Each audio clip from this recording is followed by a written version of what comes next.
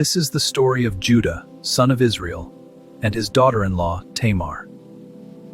My son Er is dead, taken by God for his wickedness, and Onan his brother, also dead for his refusal.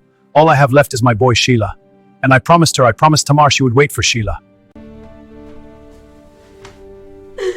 Tama. But I cannot give her my last son. I fear he will die like his brothers. No, better she returns to her father's house. Let her wait there. And so Judah sent Tamar away, with a promise he had no intention to keep. Did you hear? Judah is going up to Timnah for the shearing. Upon hearing this, a desperate and shrewd plan formed in Tamar's heart. She saw that Shelah was grown, yet she was not given to him.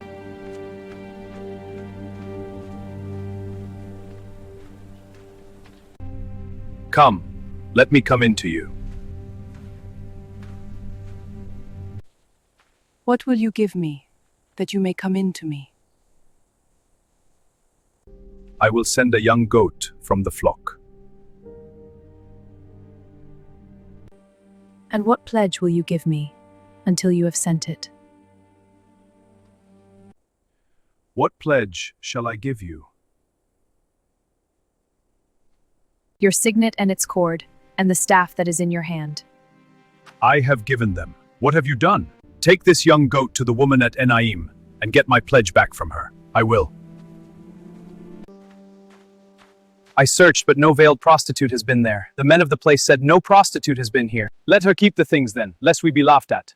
I sent this goat, and you could not find her. Lord Judah, your daughter-in-law Tamar, she has played a harlot, and moreover, she is pregnant by her harlotry. Bring her out then, and let her be burned.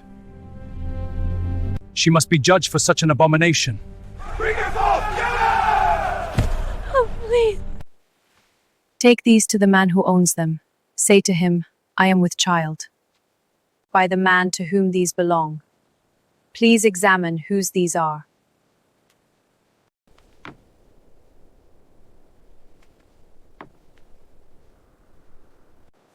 She is more righteous than I, since I did not give her to my son Shelah. And Judah knew her no more.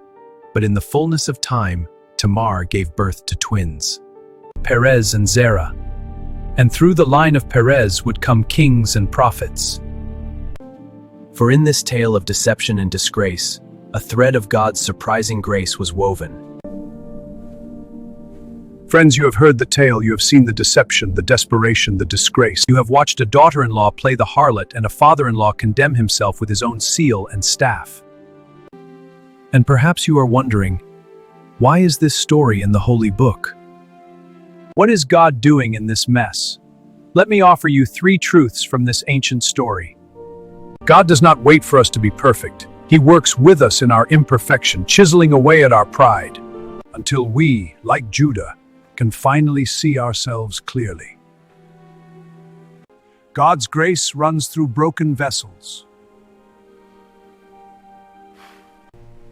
Look at Judah. This is the man who sold his brother Joseph into slavery. Visited a prostitute without a second thought. And yet, God did not discard him. When Judah finally spoke those 5 words, "She is more righteous than I," Something cracked open in his stony heart. it was the first confession of a man beginning to change. God does not wait for us to be perfect. He works with us in our imperfection, chiseling away at our pride until we, like Judah, can finally see ourselves clearly.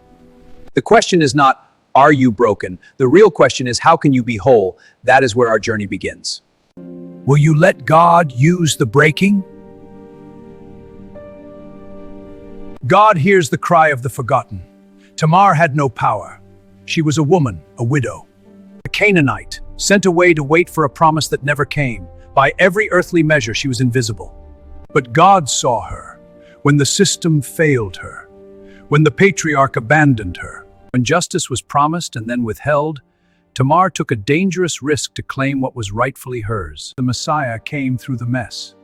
This is the deepest mystery of all.